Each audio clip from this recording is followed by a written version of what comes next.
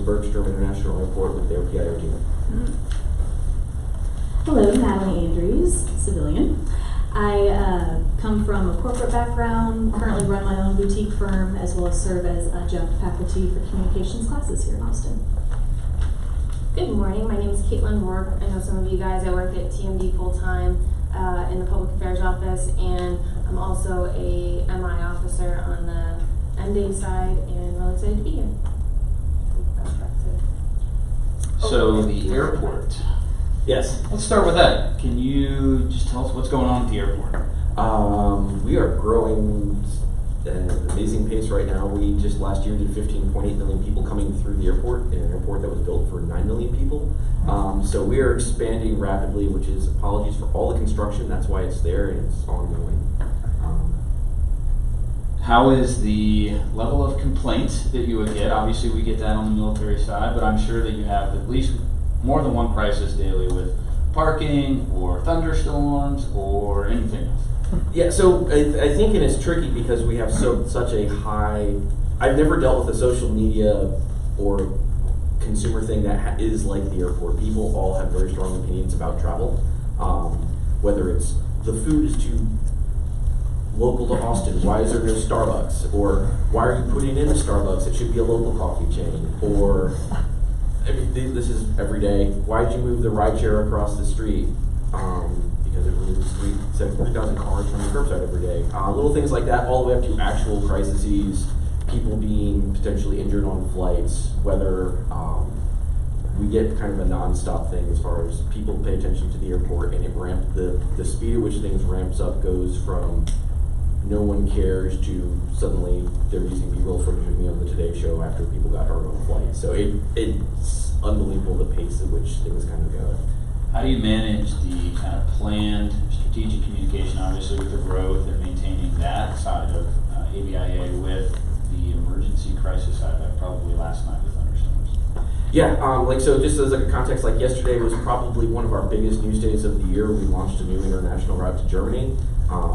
We were pitching it all day long. No media showed up because of all the tornadoes and thunderstorms that were going on. And then as soon as we wrapped our event, we're posting our photos. All the storms last night rolled in, and we had 11 diversions from other airlines getting to either DFW or Houston come here because they couldn't go anywhere else. And we are the diversion location for Central Texas. And there was flights all the way from like New Zealand heading to Houston, had to break off at the last minute, came here and had to wait at the terminal. So like we went from no one paying attention to us all day with this giant awesome news story to everyone's calling us at 9 o'clock at night trying to go through. So it's a balancing act. You kind of have to talk between the two and talk about the continued growth and the expansion and why we're adding capabilities to the airport, where you're looking at apron expansion to have more planes and support more planes at the airport, and that's kind of some of that piece you add in. So you have those talking points kind of nested in the back, but you still have to kind of respond to the overall crisis itself,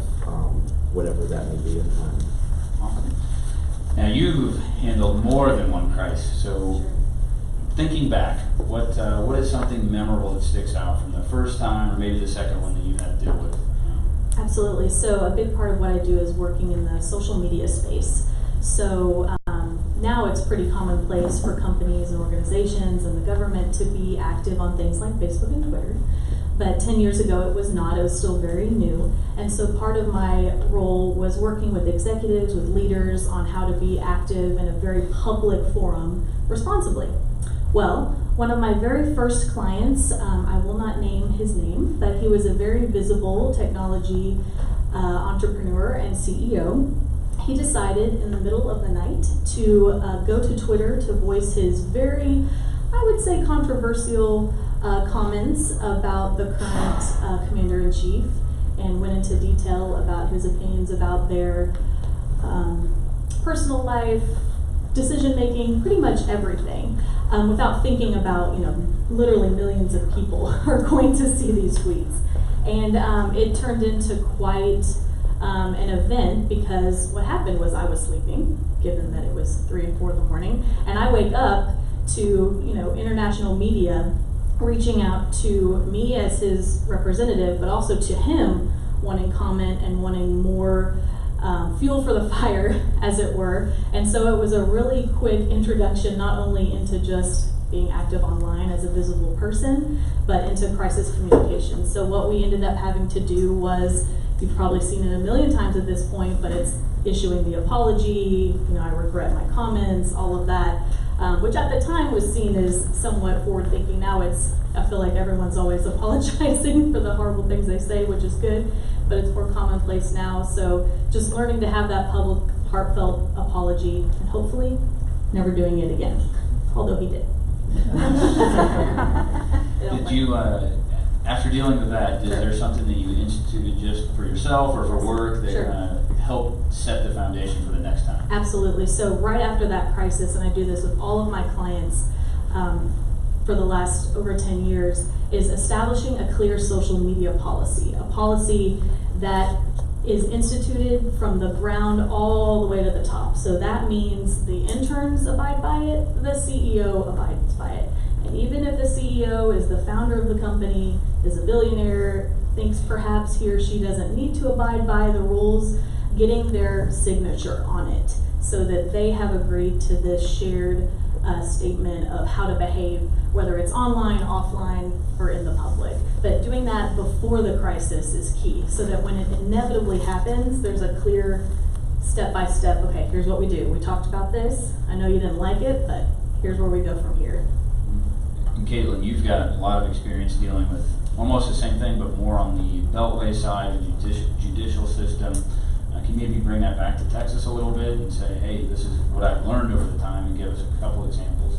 Yeah, absolutely. I think off the bat, one of the things that I notice sometimes with military public affairs professionals, and I did mention in the intro, I spent about a decade on the corporate side, like Natalie did, but in DC. So we did a lot of issues management, a lot of regulatory and legislative type of battles. In addition to just pure crisis, product recalls, allegations of misconduct that you're trying to defend your client against, all sorts of different things. And one of the things I think that really would behoove military professionals is to really study some of these civilian case studies. And we talked about it earlier when we were meeting. But for instance, two recent examples come to mind. One is the Boeing, I would call it a crisis at this point. I don't think anybody needs any elaboration because it's been all over the news. But particularly for military professionals in an M-Day capacity, spending weekend drills, we have limited time. It's really hard to prepare for crises. Sometimes doing a social media policy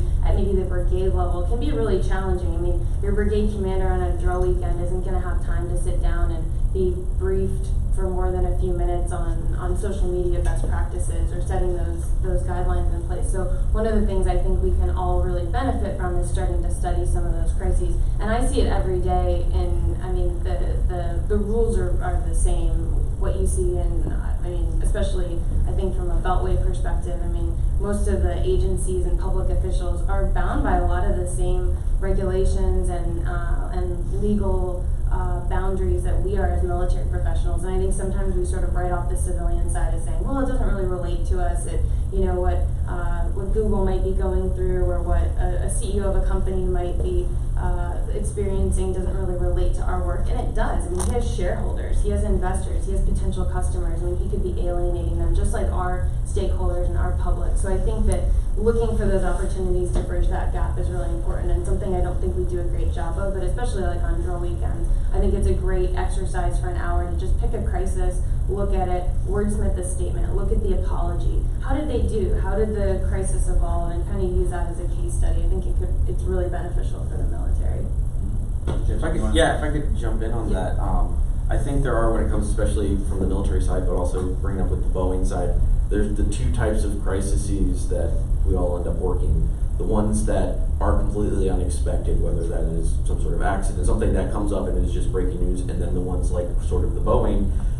And speaking from someone who's on the aviation side of things, we knew the grounding was probably coming at some point, but we were just waiting for, in this case, a tweet, for it to happen. So we started kind of rallying our things.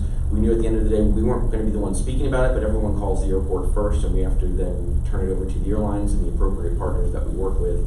So we started talking and looking, okay, how many Maxes does Southwest have, how many Maxes does this airline has, and started working through figuring out numbers, how many of them are here, so that all of a sudden when the tweet came out that they had been grounded nationwide, we already had a couple answers in place, so when reporters were calling, hey, you need to talk to so-and-so at Southwest, we can confirm we've got one Max 800 here at the airport, or Max 8 here at the airport, and kind of were able to have some preparation, and it really died down quickly as far as being a crisis for us at least. Is there something you would have done differently on the national side? I would say no. I would say to some extent, like I mentioned before, the social media policy and planning ahead, but you can't always. Like and I've had situations where you think of the most wild, doomsday-esque situations to plan for, to get a signature on, to do all of these, but inevitably there are situations that no one can anticipate. And so there is always that level of just flying by the seat of your whatever, right? And I think it's a skill set that unfortunately is established just over time and having to learn things the hard way, sometimes very publicly. So I think that to some degree you try to plan where you can, but just being flexible and rolling with it and being as creative and as competent as possible is just part of the field as well. Know your talking points. Yes. Like just anytime I'm on camera, you will hear me say, as always, safety is our number one priority. Yeah. Like, Yeah. Who can argue with that? Yeah. Yeah. Caitlin, I think you have. Yeah, and I think, again, kind of bringing it back to the organization, I think there are two additional things that we can do as professionals. I mean, I think, as you said, sometimes you go to these crisis panels at conferences, you read articles. A lot of the things that you hear are the same. I mean, it's like, have a plan, identify spokespeople, have messaging, general talking points available, do tabletop exercises. Like, it's the same over and over and over. And I think on the one hand, to me, that's very indicative of the fact that, like, most crises generally have the same rules. They just are sort of tailored to the situation at hand. So having those fundamentals down, or at least understanding how your organization works and having a structure in place, especially getting leadership buy-in so their expectations set beforehand, I think can be really helpful. But I also think the importance for public affairs professionals is to get that buy-in early. And you might not have a crisis. I mean, the best way to really bond with somebody and to get buy-in, and I use the example, I mean, Sergeant Burns and I and Bob Seiler from our office were, I mean, you were not a new employee, but Sergeant Burns and I had been at the TMD office for it was, I think, my first day, and you'd been there for maybe 2 or 3 months, and Hurricane Harvey hit. And that was sort of this seminal event in Texas, and it really gave us a chance to, no pun intended, weather the storm with a lot of the senior leadership. But most people don't have that opportunity. So I think getting the buy-in with your senior leaders early and creating some expectation of what public affairs does and what we're capable of can really help when a crisis does hit. Because again, you can't always do that planning, but if they know that you're savvy and they have that trust in you, I think it really helps for when the crisis does hit, and then you hopefully do a great job, and then you've just sort of elevated your stock in the organization. But most people don't. I mean, especially in the context of on the MDay side, most people don't have the chance to do that until something really big or substantial happens. So that's one thing. And then as a second point, I think, I'm sure your work, and especially with AVIA, I mean, you're constantly doing things proactively to nurture relationships with the stakeholders and doing good work, continuing. I mean, Brandon Jones, I don't see him right now, but we hired him to really help cultivate media relationships. So we have good news stories that we're telling constantly, and working on social media, like, developing a good rapport with followers so that when something does happen, it's really helpful. And I think sometimes that gets neglected when there's even a whiff of like a potential crisis or something brewing, and we tend to really focus our energy and our resources exclusively on the crisis, and then we kind of let things fall apart. And so I think it's good to always remember just that you're doing things routinely, and that's going to help you, weather the storm, so to speak, in the crisis. So just as an aside. That's a great lead, Natalie. Obviously, you are dealing with a lot of clients over the years, varying backgrounds, and some of them probably react very emotionally and very quickly to some events. and some are maybe underwhelming the situation. How do you navigate that situation and get their trust that your answer is the right one for the situation? How do you handle it? Definitely. I think it's all about building that relationship with the client or the stakeholder, whomever that person is. So when the crisis inevitably happens, they trust you to help guide them. So with a client or with a stakeholder who's overwhelmed, the person who's the emotional reaction, they want to get online and just, prove that there's nothing going on, everything's fine, and just make it worse inevitably. I hope to have had a relationship with them where I have a calming presence, where I show up and I say, okay, here's what we've talked about. We didn't plan for this to happen, but here's what we're going to do, and just kind of navigate the storm a bit. I would say with my experience, I work a little bit more often with stakeholders and leaders who are underwhelmed. They don't really understand that, hey, this world that we live in, everyone's on a national stage now. You don't have to necessarily be, a tech CEO or a big politician or a leader to have this platform of literally millions of people listening to your every word that you put out there. And so I love the idea of the case studies, because I definitely have shown kind of, well, here's what happened with, this politician who posted this online, and look how we're still talking about it 5 years later. And it was just a text, or it was just a tweet, and look at how it's impacted his or her career so negatively. Kind of getting inside their head and showing them that yes, at first glance, things like Facebook and Twitter are fun and silly and time wasters, right? But if you really use them, they're tools for better or for worse. They can heighten your organization, or they can be the detriment. Do you have something to add on there, Bryce?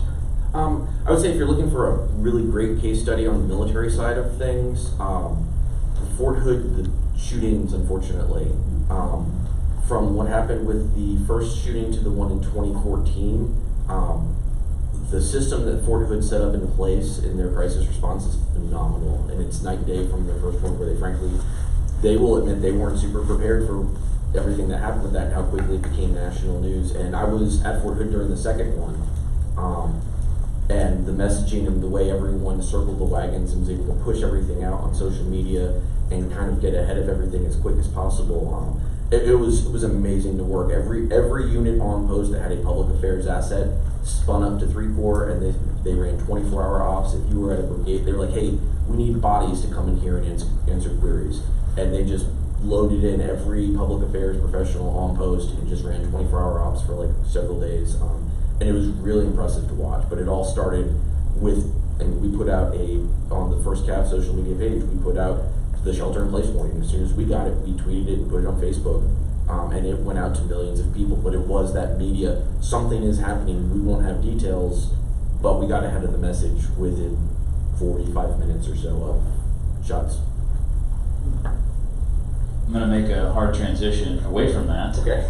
It's a little more. Sorry. I live in crisis world like all the time. I'm used to it. Hey, that's why I'm here. But something in particular struck in mind. A couple years ago, you were quoted in Entrepreneur Magazine talking about scope creep, which is something we obviously deal with here.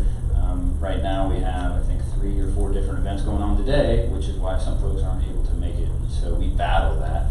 Maybe you could share your thoughts on how you deal with that, because I know in the for-profit world it's a little bit different than ours. But Definitely. So in my world, scope creep typically looks like a client or a stakeholder who's either wanting more time or more services than they have compensated me for.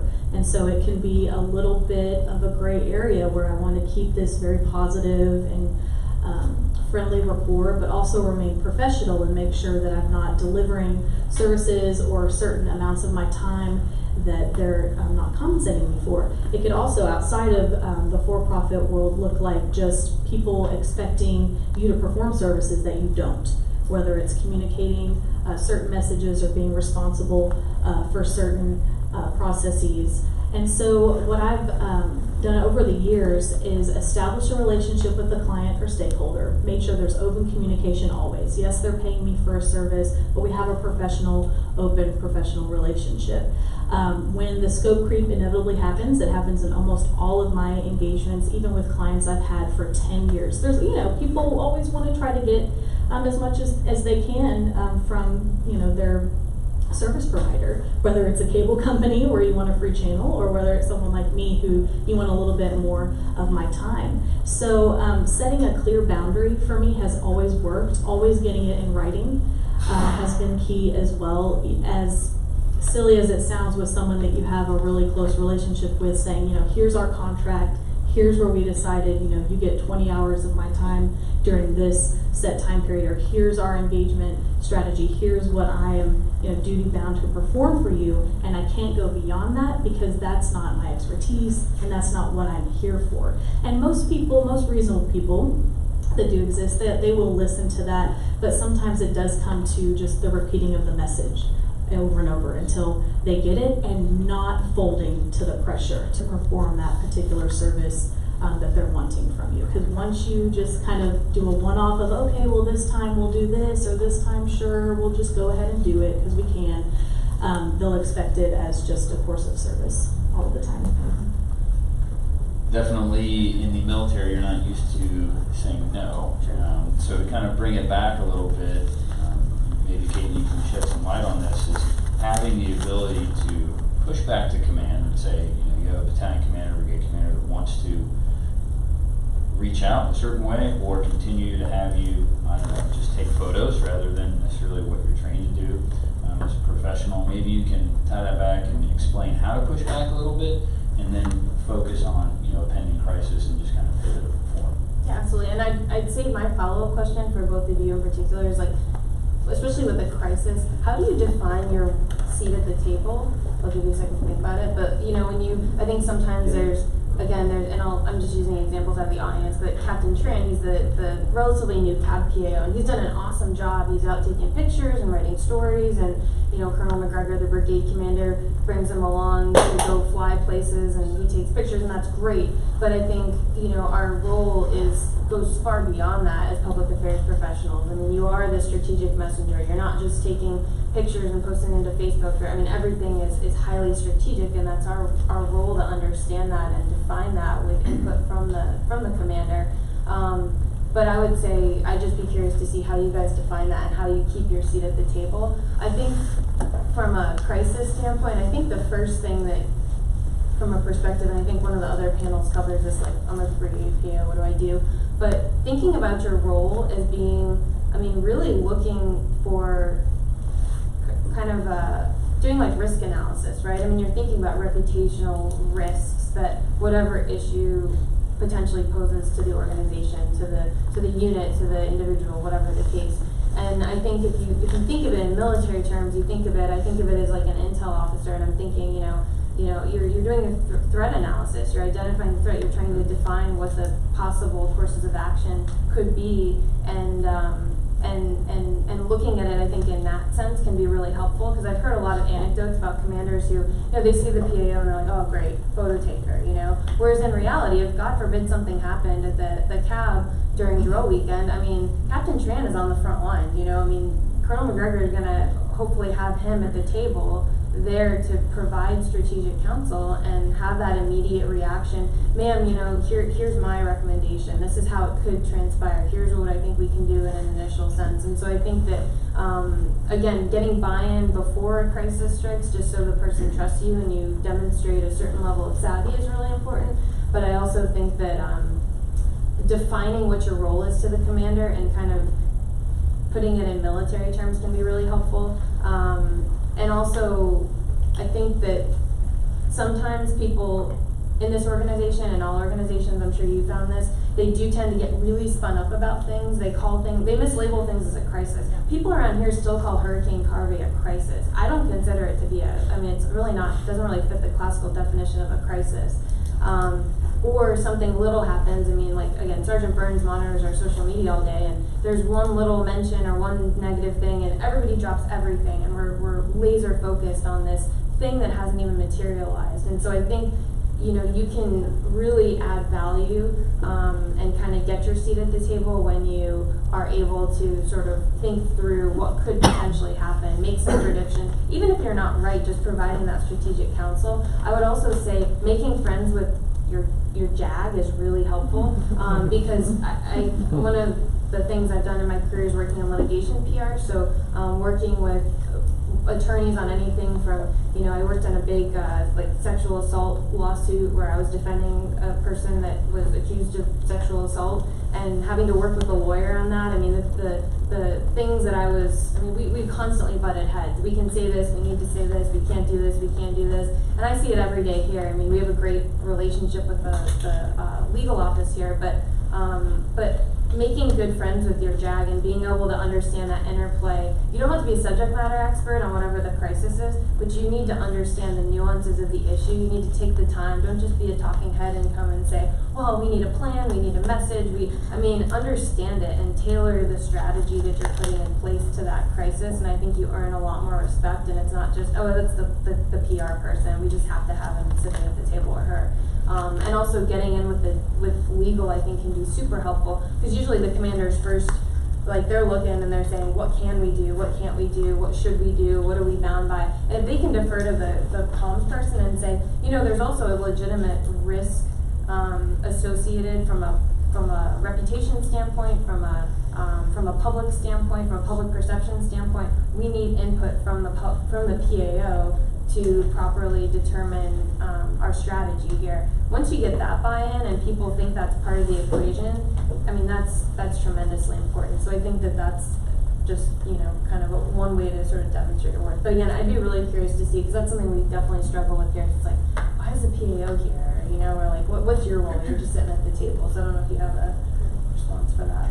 For me, what's worked really well, because I will say in the for-profit sector, it's very easy as a public relations or public affairs person to get labeled as, oh, you're the girl that tweets, or oh, you're posting on Facebook, or you're on Instagram, and it's kind of a little bit of a condescending moment when, you know, I'm at an event and there's a big, you know, public official there, and I've provided a lot of strategic counsel before this event, but visibly what they're seeing is me with an iPhone, right? And so it can be easy to assume, oh, you're just the girl that posts on our Instagram. So what I try to do to combat that positively is take an extremely proactive stance during all stages of an engagement with a client. So I have no problem jumping into a conversation, whether via email or at a meeting, and just offering up my opinion. I rarely wait to be asked for it.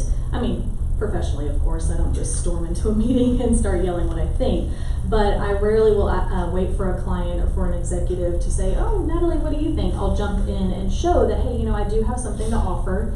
I do have something that could help this organization, and, you know, posting on Twitter and taking pictures and live posting and all this is just kind of icing on the cake, and that's just the public version of that. And so just building up a little bit of that credential ahead of time before they just start to see you as a certain, you know, the person posting. I don't know, I've got a couple different ways to think about that as far as fitting in.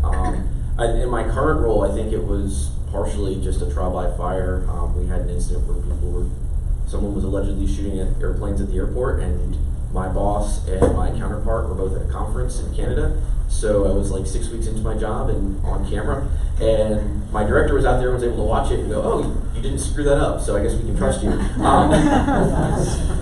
But I would say from the military perspective, I think one thing I learned years ago from one of my old bosses is he always talked about, you have to be able on the public affairs side show the so what to everything that we do. Hey, we're going to live stream this thing. We're going to do this Facebook town hall. What's the so what behind all of it as far as how we're going to balance and insert that in? And a lot of the PO folks I've worked with all came over from the fire side of things, and they were always measure everything in effects and what they're going to be doing, what's going to happen at the end of the day. And I think that's the most important part, being able to go to a commander and talk to them and go, sir, here's why we're going to tweet this and use this hashtag. Here are the numbers we're using, be able to back brief all of it afterwards. Here's the effectiveness of this campaign. It wasn't just a dumb tweet we did.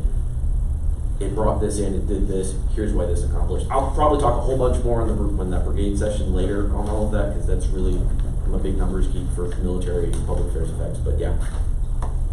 How do you balance showing the so what of that with the crisis preparation, right? I mean, everybody, as soon as you say crisis preparation, it's like, right, I don't want to do that. Or, hey, we'll do that next month, right, next drill. What are some things that people can use to capture that attention and show the importance in the so what? We talked about a case study, but how would you present, a consolidated version of that so what for somebody? I think part of that, on the public affairs side, when you're meeting with your commander, even on those initial, when you're working in the shop, get everything kind of set up, you have to include that in your briefings. It's not just our Facebook page went up by 20 likes this month, or getting the actual impact, figuring out what numbers work for you, figuring out if there are certain people out there that really have those influences that you can help kind of grow those sort of things, build that community presence. I think part of it's also on the media side of things and building those strong media relationships as the PAO, so that when they are covering the soft stories and the FRG meetings, if you can get them out to cover that, you can have that trust and that extra relationship there for when it is bad, because it will eventually always be bad. Something will happen and it's never when you expect it. It's when you're trying to go home on a Friday afternoon. For me, I always say, and it's a common saying, just the numbers don't lie. So I'm fortunate in that in my world, my clients tend to be metrics, numbers savvy anyway. They don't want to hear things like, oh, look at how many likes our Facebook post got, but they do want to see, hey, here's how many people that had never heard of us before saw us this week as a result of X, Y, and Z. And so for me, just working with clients, deciding and determining which metrics speak to their needs, like their bigger purpose, whether it's appearing positively to shareholders, whether it's getting new customers, whatever their end goal is, showing how public affairs and PR adds to that, and how it would be really impossible to achieve those end goals, whatever they may be, without someone like me behind the scenes and messaging and making sure that everything comes across properly. Just thought of something. Oh, sure. Maybe tied to with user. One time when we were at First Cav, we had a new DCG come in, and he came over from the aviation world. He was an Apache guy. He was very focused, and he's in the aviation world. They, I guess, have they're very you have to be detail oriented, and he was very specific and technical, and we had to present social media to him, and we had to take a very specific numbers approach and really go details. Here's what this means, here's engagement numbers, here's what this rate, and he appreciated that, and it was a different approach for him than you maybe would have taken for someone else. And I think that's something, when you want to get that buy-in from leadership, understanding also that command climate and what the commander is looking for, how they think, how they operate. They may think about things in a very different way. Unfortunately, I had a really good deputy PAO who said, Sergeant Doobie, come on in, bring me all the numbers you got, we're going to really focus on this. And we ended up doing like an hour-long sit-down with him. What's that there? What does that mean? And he wanted to know every little nuts and bolts of our social media, and said, okay, you guys got it, go. And just let us do our thing. Yeah, and I think within TMD too, we do this monthly magazine, The Dispatch, which hopefully everybody's an active reader of every month. Sometimes I think that, just like they were saying, that laying the foundation and doing good work and having it nest with messaging is really important. But I think that, again, having that strategic, the ability to, even if it doesn't seem like it's strategic, working with our office closely, the full-time office, can be really helpful. We can give you kind of a little bit of guidance on what's going to be noticed by senior leadership. But when a crisis does strike, it's all preparatory, right? And again, I know on the MD side it's challenging. Doing this crisis panel is more overarching, but the work that you do on the MD side is tremendously helpful for us, because it is developing that goodwill. And just an example, totally out of left field, but one of the most memorable crises that I worked on, we had a guy at one of the firms I was working at, and he was a newly appointed board member to the Miss America pageant. And I remember my boss came to me, he's like, so what are you doing next week? Do you want to go to Atlantic City for 2 weeks and work the Miss America pageant? And of course it's like, I'm used to doing stuff on energy and financial services and totally out of left field, but it was really fun and really cool. And of course I told my husband, and he was like, oh, you're going to Miss America, can I come to Miss America? And I was like, oh, okay. But it was totally, kind of crazy, but the whole time, and it didn't really come to light until we had the two crises happen, but one was, I don't know if you guys are familiar with the John Oliver show on HBO. It had just started, right? And it's grown a lot of legs. And now if you're the subject of one of his exposés, it's a bad day, right? He will just tear you to shreds. And so he went after the Miss America brand, and people were writing it off, and the senior leaders, the president of the organization was like, I don't know who this guy is, and you know, we just felt like something was brewing, and they had a lot of research and a lot of numbers, and they went after the amount of money that they claimed to give out in scholarships. It was just a small fraction of the like $60 million that they claimed. So that was one crisis, and that hit pretty hard. And then the second crisis was the newly crowned Miss America. Her platform was domestic violence domestic violence prevention. And she, out of nowhere, somebody from her sorority accused her of hazing. And it just became this crazy thing. I mean, we ended up getting her on like Good Morning America. We did like an op-ed in USA Today. We really tried to manage her brand. But I think it was the first time when I fully appreciated, it was pretty early in my career, I fully appreciated that the groundwork that we laid throughout the competition. And to me, it just seemed like, again, like you said, you're tweeting, you're posting stuff, you're taking pictures, you're helping them kind of manage their interviews. But I mean, we'd secured hundreds of media interviews. I mean, in outlets across the country, all over the world. We really had created this narrative, and it was so helpful when this crisis struck right at the end. And we had this super successful 2-week competition, and then at the end, it just culminated in these 2 completely unexpected crises and kind of the unintended consequences of, we brought light to domestic violence prevention, and then all of a sudden someone said, well, actually, she's guilty of assaulting people. I mean, just, and so I think for me that laying the foundation, laying the groundwork is really the best way that you can, and if you can communicate that through case studies, I think that can be super helpful. But to reiterate it, at TMD, the leaders at the top see that work, and we brief that to them, and we say, the Texas State Guard did this great article about all of the work that they did on, OLS, for instance. And that helps us if crisis does strike, because we have this a history of really good news stories and good messages that we can pivot back to eventually when the crisis passes, because you can't just make it go away overnight. So I would just say that foundational work is really important. I think sometimes we forget about that. We forget that the work that we're doing has a much bigger purpose, even if it seems like you're just taking pictures and writing stories and tweeting. So. I don't have a follow-up question to the Miss America pageant, but Natalie, do you have something you want to add to that? Or?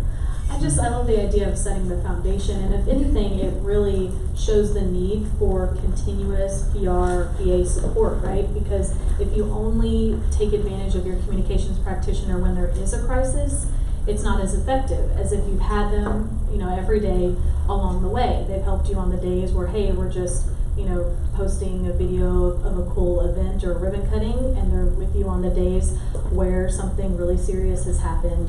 And not only the relationship is there, but the familiarity is there. So oftentimes a brand will come to me, they're already in crisis and they want to hire me to manage it, and I'm happy to help, but it's really not as effective if I'm coming in trying to learn the culture, trying to learn the stakeholders. Okay, now who is this? Who does this person do? What's this? And then try to manage as if I've been there all along and I know these people, I know this brand, I know their customers, or I know their stakeholders, and I can very seamlessly manage it from there. So I think if anything, as sad as it can be, a crisis can be a good way to show, hey, PA, PR, we're not just fluff, we're here to really help you strategically manage these situations. Thank you. With that, we'll take questions. Go ahead. Chief Schmelzer, Army Component, Texas State Guard, Public Affairs. You talk about case studies, and can any of you recommend some literature that would have a case study? Because sometimes being able to study the study is a learning process. So, anybody? I mean, from my end, to be honest, I've had to create my own literature, which I know is perhaps not, the quickest route, right? Is that I've had to, the clients that I work with, the situations can be so specific that I've literally had to find a parallel somewhere and then create my own, workbook or guidebook for them to use, using just data that's out there. So for example, with the CEO that I spoke about at the beginning, 8, 9 years ago who had gone rogue on Twitter, there wasn't no literature at all. And so what I did was dip back into just some media situations from years prior where public people had said and done things in the media. So perhaps they weren't tweeting it, but he could see a parallel of, hey, here's how it impacted. It's the long route, but it's kind of what I've had to do. Yeah, oh sure. I would just quickly on Bryce.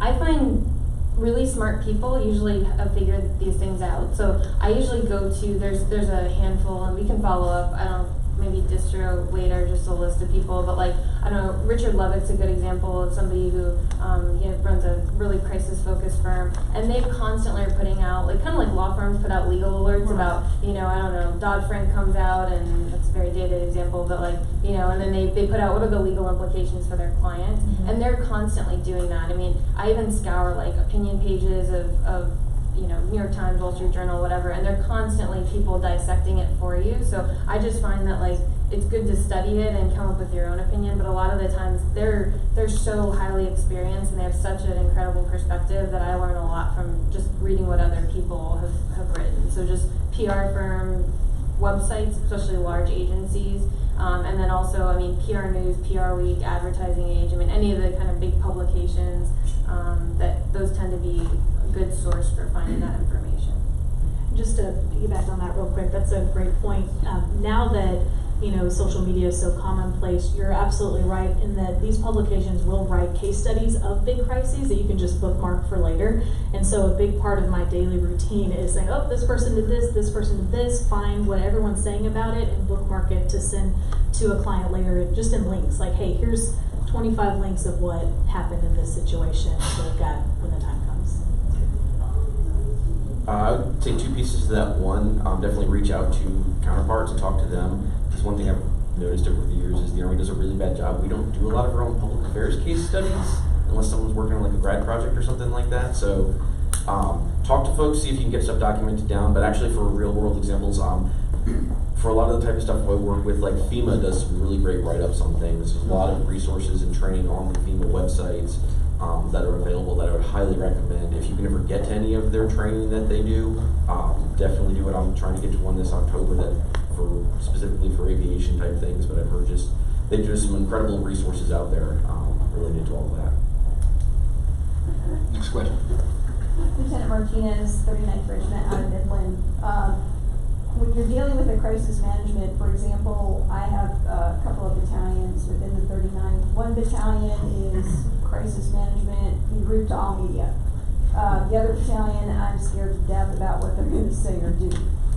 We drill once a month. How do you hone your people in? I mean, I know stuff is sent out, by TMD and also by the State Guard to everybody, saying this is what you do, this is what you don't do. They may or may not read those emails or correspondences sent out. So as the PAO, how do you set your people straight about this is what you got to do? Crisis management. I mean, I think part of it is from a PAO perspective is it's our job to jump on that grenade. Like, Yeah. I have gone at, like, you go out, you stand on camera, you say the bad thing happened, and that's you, and that's part of the job. I think prepping for that mentally and talking to them. The media is not trying to burn you, they're not trying to burn your unit, they just want to cover the incident or whatever happened. You've got to get it, if you don't get it out there as a cover, that's worse. I mean, that's, I think, the way I've always kind of gone about it. I was a Stars and Stripes reporter for 3 years. I will find that story. If you're not going to tell me, I'm going to go find that Joe down in the Smoky area and go, hey man, what do you know? And I'm still going to write about it. There's a really great, I used to use in some of my training with the Fort Hood shooting in 2014. Base lockdown, media wasn't coming in.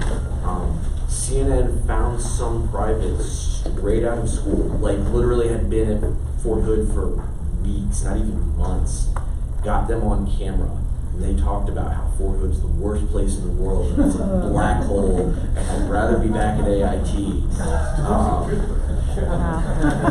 But like, this ran on national news, and then there was, while the shooting was going on, they got a Joe in the barracks.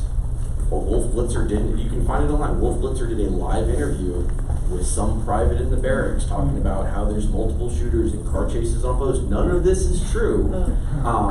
But they're gonna find the story, and I think that to me is always the thing I've reinforced when I've talked to either PAOs or EPARs who are hesitant on stuff, like, you've gotta be out there in front of it, because if not, someone else will be, especially in the military. So, Randy Snow did the Division PAO 3600.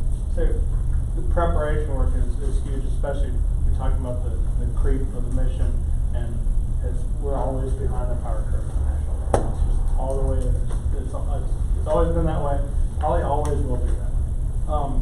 So, preparation, just so you know, there's going to be a plane crash on Tuesday at Fort Hood. It's an American Airlines airplane. It's going to be crashing there. So I work for American Airlines on a full-time site, so be ready for that if you have to deal with it.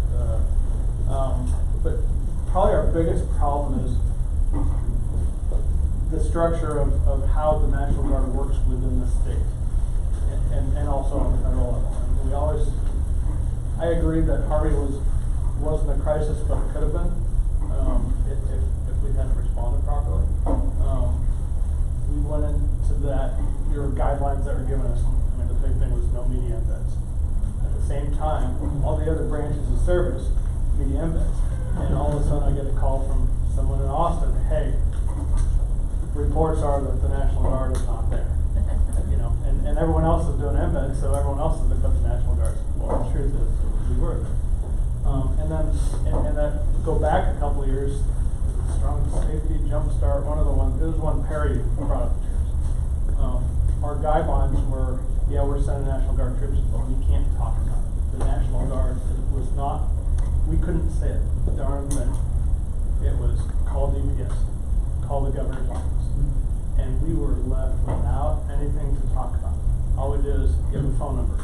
And that was our message. Here's our phone, here's the phone number that goes. And it comes down to from a military, what's our left and right limits? So maybe Bryce, address how you establish within the airport structure left and right limits, and maybe Dave and Caitlin did discuss what's being done to prevent those for future use. So we're not starting the hurricane or the border mission and they're then trying to figure out, all right, what can't we say? What are our left and right limits? This is a great gateway to talk about my bag. Trick. I gotcha. So if we're talking crisis communication, this goes with me anywhere. I'm not on call this weekend, but normally this just lives in my car or travels with me everywhere. And in here is, in addition to my safety vest so I can go get out onto the flight line and my tie for when I go on camera, I've got a binder of every single phone number of every reporter, every media contact that I may need to get in touch with for all the local stations, and then all the City of Austin media contacts for every other agency, as well as all of our federal partners and all the airlines. So if it turns into any type of situation, I've got my bag ready to go. And if it is something that, hey, that's an American Airlines issue, you need to call the name in here, I can't remember off the top of my head right now. Here's their phone number, here's the email address. Oh, it's after 6 p.m., here's their after hours number. We do a lot of, especially at the airport, we can talk about the real estate of the airport, what's going on at the airport specifically, if it's related to an aircraft, if it's related to other things. Hey, that's a FAA issue. Hey, that's a Customs and Border issue. I am more than happy to divert to those folks, but you do have to work on establishing some of those partnerships, getting to know them. Do you have any sort of memorandum of understanding that you can pull out? Because what happens with multiple layers, we get, well, you can't talk about that. No, actually. And we do, and we've had some of those conversations. We've got some written ones for like TSA and some of the things they handle, what we can and can't talk about. The airlines are very protective of their brands, so we don't have anything written per se, but it's kind of just an industry practice that, like, as soon as it's related to a specific aircraft, like last night we had all the weather and we had flights out there. It's like, well, you're going to have to talk to United as far as why they're making the decision to keep that air.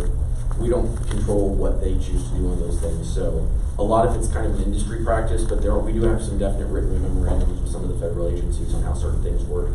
Same on the city side. As soon as, if there's an incident at the airport and someone needs to be picked up by an ambulance, that's an EMS issue now. And if a reporter asks me on camera, hey, what's the nature of the injuries? You're going to have to talk to EMS. They have more information. And it's just a written across the board for the city policy.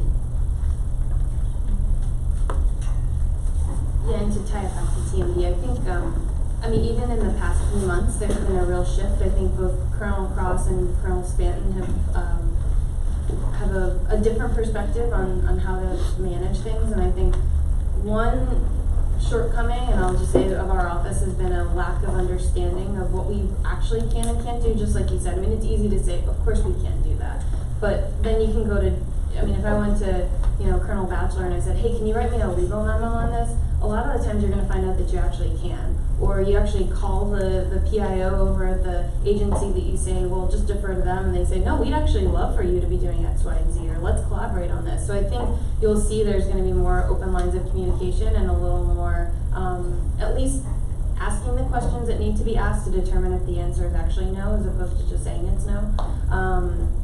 And we're also, again, priming the new leadership at TMD to understand the importance. Like, again, I'll use an example of with General Norris when she took over as a TAG.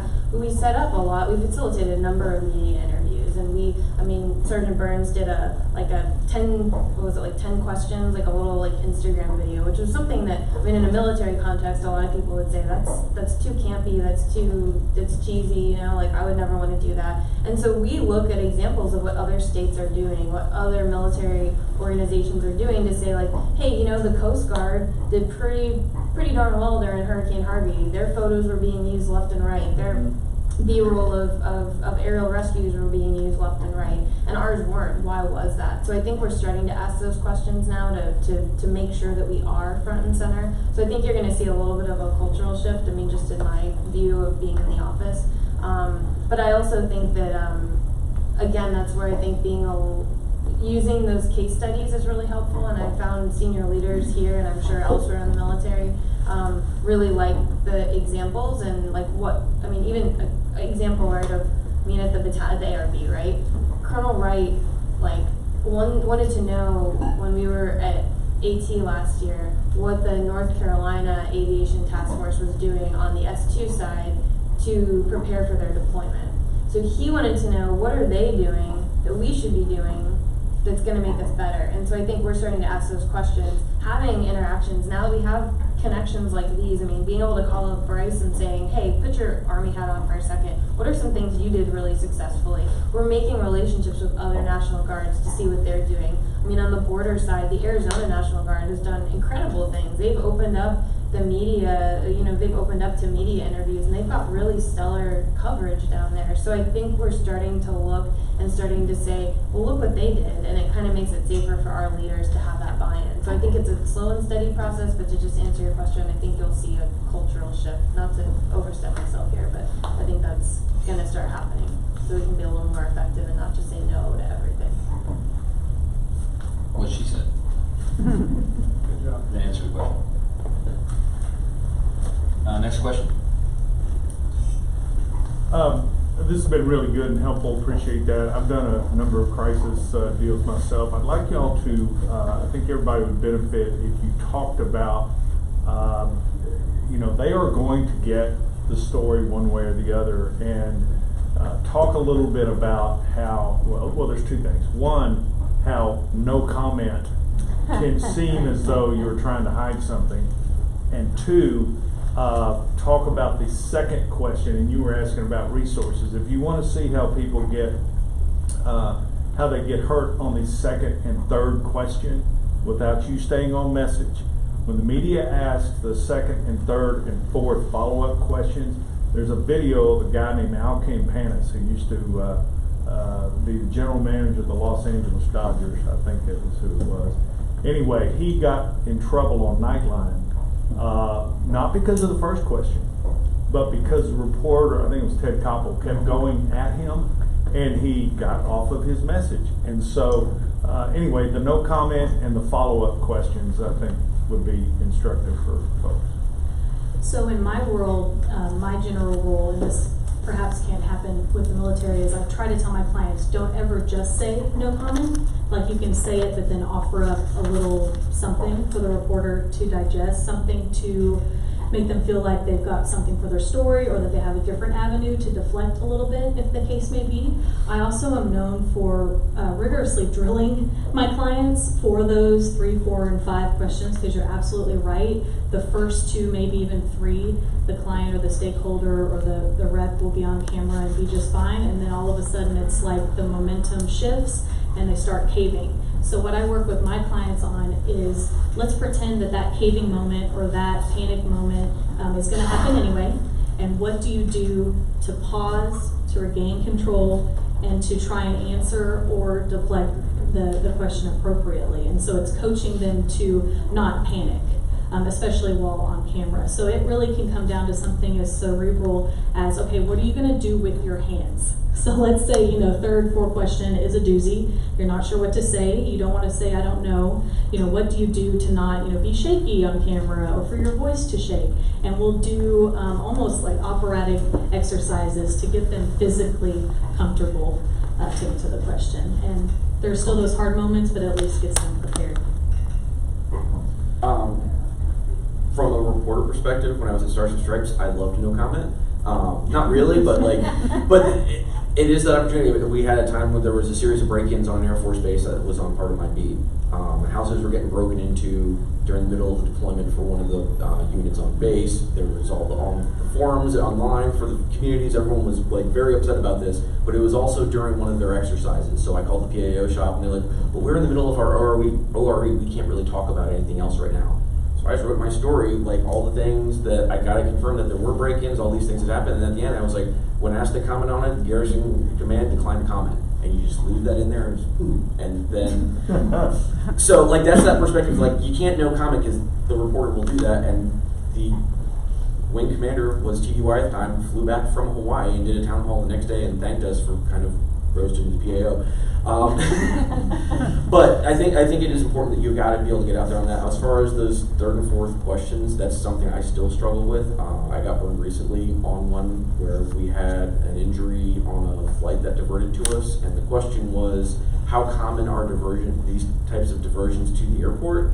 I clarified in it that we do receive diversions and work with other airports on a regular basis, so it's not uncommon for Austin Bergstrom to receive a diversion. The reporter heard that and said, diversions with injuries are common all the time. Yeah. Sometimes it just happens, so you really do have to kind of plan ahead and be able to add that context if you think you have to say something that might tiptoe towards an answer that could go a different direction. But Just to add to that, I did television news media for 20 years. I was very popular for playing the dumb person, asking the dumb questions and building up. And they feel like they can form a rapport with you, trust with you, and you just ask a very fundamental question, and then it starts building. Next thing you know, they're spilling their guts. So that's one area that you gotta really be careful. That's how you build up to that 3rd or 4th question. That's how people get burned a lot of times too. Thank you. Last question. Go ahead. Good Officer Rock, Texas State Guard Maritime Regiment in a funny uniform. Do you have a directory, file folder, resource kit, boilerplate? Because that would make things a lot easier. And a crisis can be somebody doing something good that you weren't aware of, and now you have to respond. This person who was out there now has a picture taken by the local media doing something great, but you need to frame that. And what makes me ask the question was that the mayor of Baltimore just resigned, and she gave the most heartfelt, through her spokesperson, the most heartfelt apology that I know she didn't mean, because if you've been following the story, she's been fighting tooth and nail to keep her $800,000 of bill down campaigns. But it was a great comment. I was really impressed. So somebody already knew what to do and already had it out front for her. So do you have boilerplate? oh yeah, definitely. I've got ice weather incidents at the airport. I've got rainy weather incidents at the airport. I've got traffic. I've got statements ready to go for anything and everything, except for the things I don't know are going to happen. For me, it's one of the first steps in Well, engaging. I'm sorry, to speak to that, I did a role as a PAO for computer security incident play acting that we did for a conference. And my role was to be first the PAO and then to be the reporter.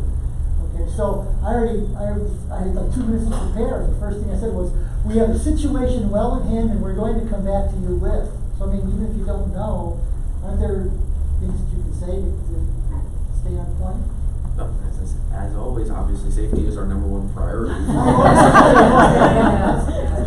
Something you wanna add, close? Oh, sure. Well, just kind of similar thinking here is it's one of the first steps when I engage with a client is establishing their top 5. Like, what's your top 5 oops, what's your top 5 best? And how do we respond and how do we act for each? And get really, really comfortable. And having those, top 10 really responses, good and bad, it makes them feel comfortable responding, but not too comfortable where they're become a confessional on camera to a reporter, right? They want to feel relaxed, but they don't want to feel chatty, as I say. And so those top 5s help me kind of get them to that happy place. Relaxed and not chatty is a great way to end this panel. Let's give a round of applause. Thank you. We'll take a break. We'll be back here at 10 o'clock on the dot. Thanks so much. Yes, President.